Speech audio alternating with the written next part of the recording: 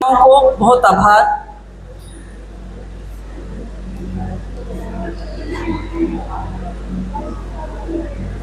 आदरणीय निदेशक महोदय doctor Pankaj Rai, general warden doctor R.K. Verma, समन्वयक डॉक्टर माया राय, प्राध्यापक गण एवं प्यारे छात्रों को मेरा नमस्कार और हिंदी दिवस की हार्दिक शुभकामनाएं। BIT सिंदरी को मैं आभार प्रकट करती हूं कि उन्होंने मुझे यहां आमंत्रित किया और आपसे वाबस्ता होने का मौका दिया है, एक शुभ अवसर दिया है। आज मैं कहना चाहूंगी कि यदि हम विचार करें तो मनुष्यों और अन्य प्राणियों के बीच एक विशिष्ट अंतर है और वह है भाषा का अंतर। हाँ, तो मैं कह रही थी स्टार्ट हुआ। हाँ, तो मैं कह रही थी नहीं स्टार्ट नहीं हुआ। हाँ, तो मैं कह रही थी कि मनुष्य और अन्य प्राणियों के बीच एक विशिष्ट अंतर है, वह है भाषा का अंतर। मनुष्यों ने भाषा का विकास किया और इसके साथ ही भाषा का महत्व हम इस चीज से समझ सकते हैं कि भाषा के मार्फत मनुष्य झूठ भी बोल सकते हैं जो अन्य प्राणी नहीं बोल सकते। हम भाषा में मोहब्बत का इजहार करते हैं और यदि चाहें तो उसी भाषा के माध्यम से अपनी मोहब्बत को छिपा भी ले सकते। तो इस देश ने पिछले 1200 साल के गुलामी में ये सीखा कि भाषाएं जो हैं वो सिर्फ मोहब्बत की नहीं होती, मोहब्बत के अलावा वे सत्ता की भी होती हैं। जैसे हमारे देश की में जो भाषाएं आई, सत्ताधारियों की भाषाएं आई, वे लाए फारसी, उर्दू, अंग्रेजी, और हमने देखा कि कोई भी भाषा सत्ता की भाषा का विलय सत्ता के विलय के साथ हो जाता है, लेकिन जो भाषा अपनी प्रासंगिकता बनाए रखे वह चिरंजीवी हो जाती है, जैसे अंग्रेजी।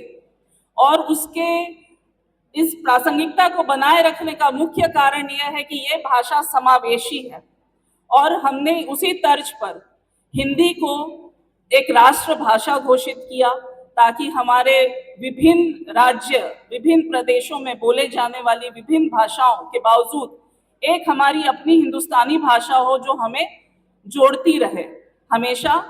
और हमने हिंदी को प्रासंगिक बनाने का प्रयास किया।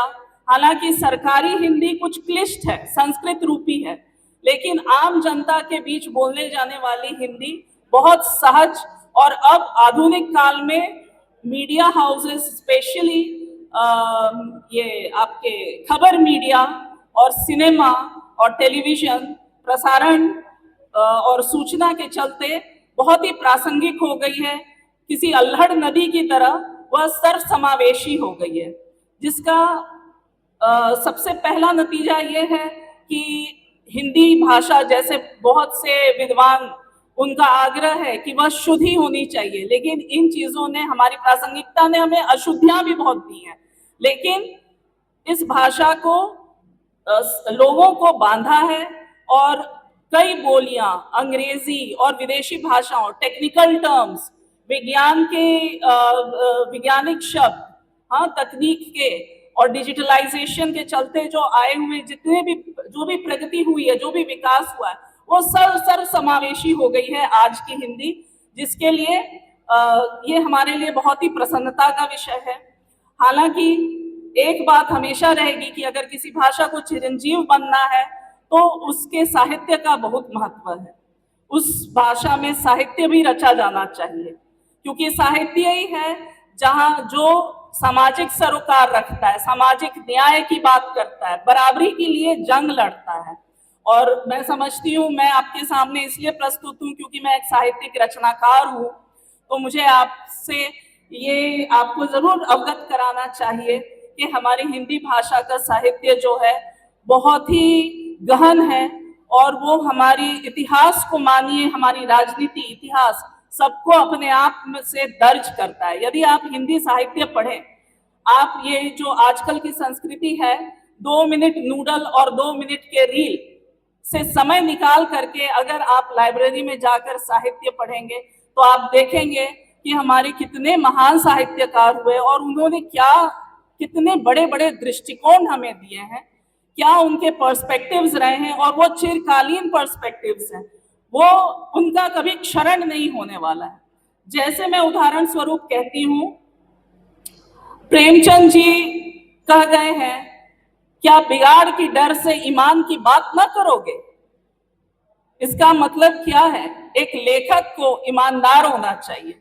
क्या वो किसी से उसके संबंध बिगड़ जाएंगे या उसका कोई नुकसान हो जाएगा तो वो क्या ईमान की बात करना छोड़ देगा? तो वो लेखक किस काम का हुआ?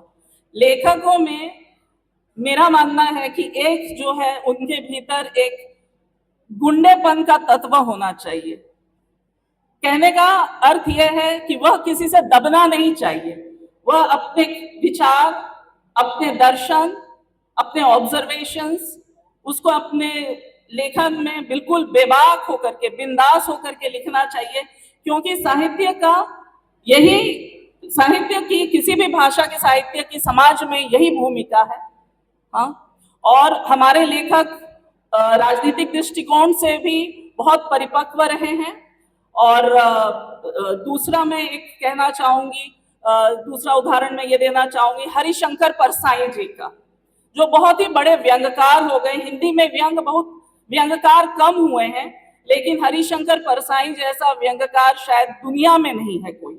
मैं उनका एक लिखा हुआ कुछ वाक्य, उनकी एक टिप्पणी मैं पढ़ के आप लोगों को सुनाना चाहती हूँ। सुनिए।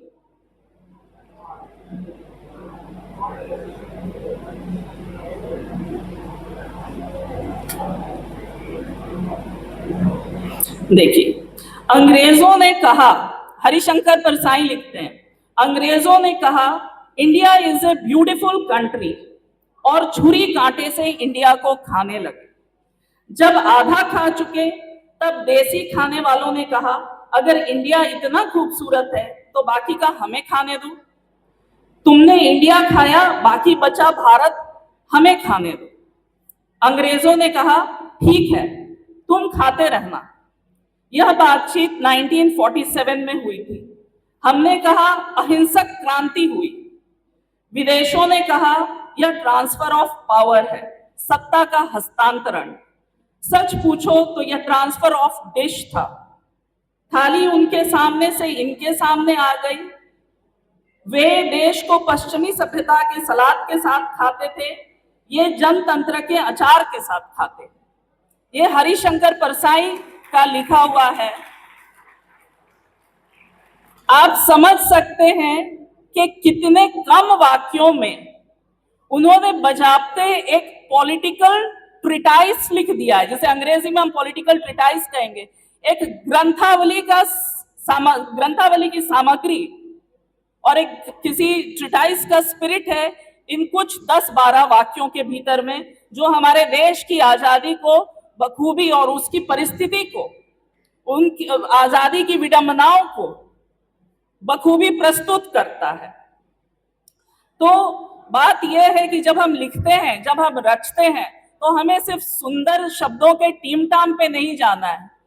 हम जब रचते हैं तो वो होना चाहिए विचारोत्तेजक, ऐसा जो समाज में बदलाव लाए, जो पाठक को सोचने पर मजबूर करे, जो मन का परिवर्तन कर सके, और साथ ही मनोरंजक भी हो। क्योंकि अगर मनोरंजक नहीं होगा तो युवा तो कभी हमारे साथ जुड़ ही नहीं पाएंगे, और यदि युवा नहीं जुड़े तो वो साहित्य जो है अपना पूरी रूप से वो फलस्वरूप अपना नहीं हासिल कर पाएगा। तो हमारे लिए युवा, हमारे लिए छात्र, हमारे लिए आप, हमारे नहीं सभी के लिए, पूरे मानव समाज के लिए, सभ्यता के लिए कितने ज्यादा महत्वपूर्ण है, क्योंकि आप ही के हाथों भविष्य है।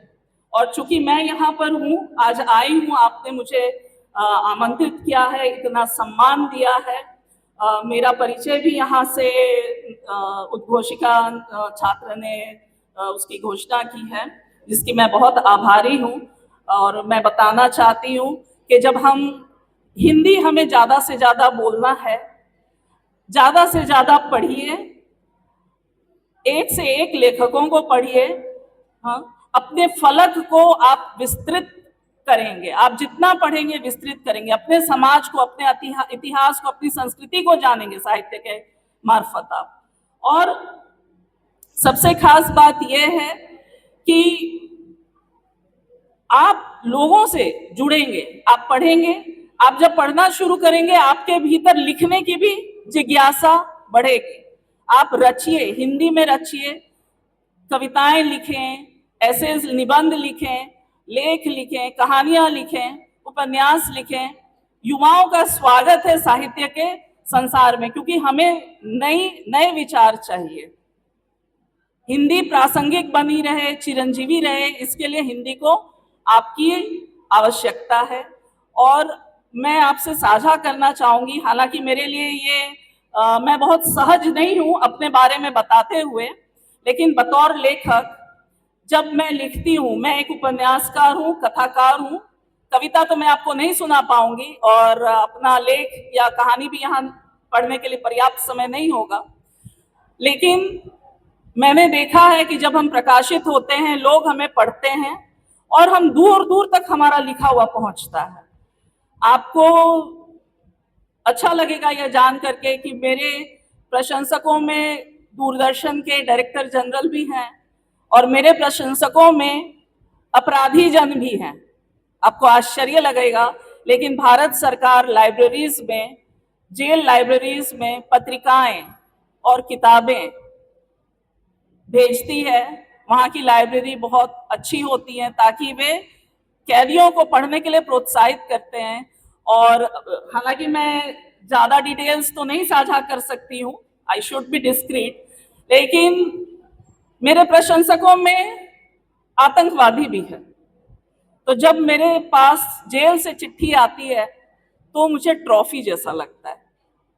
शायद कोई बहुत बड़ी हस्ती भी अगर मुझे चिट्ठी लिखे तो वह बात नहीं होगी जो वे मजबूर लोग, शायद जो भी उनकी परिस्थिति रही हो या उनकी मानसिकता में के चलते सजा याफ्ता लोग जब मुझे लिखते हैं, मुझे लगता है कि मेरा वो लिखा हुआ उनके लिए एक खिड़की का काम कर रहा है। बाहर की दुनिया में क्या हो रहा है वे देख पा रहे हैं। तो ये बहुत बड़ा पारितोषिक है किसी लेखक का। और मैं छात्रों को, युवाओं को यही कहूंगी कि आप साहित्य की साधना करें। और बतौर आपके अतिथि के मैं आज निदेशक महोदय को कुछ प्रतियां किताब की मैं भेंट करूंगी बीआईटी सिंदरी लाइब्रेरी के लिए। जब आपको वक्त मिले, जिन्हें इच्छा हो लाइब्रेरी में जाके पढ़ सकेंगे, यदि डायरेक्टर सर मेरा भेंट स्वीकार करते हैं तो।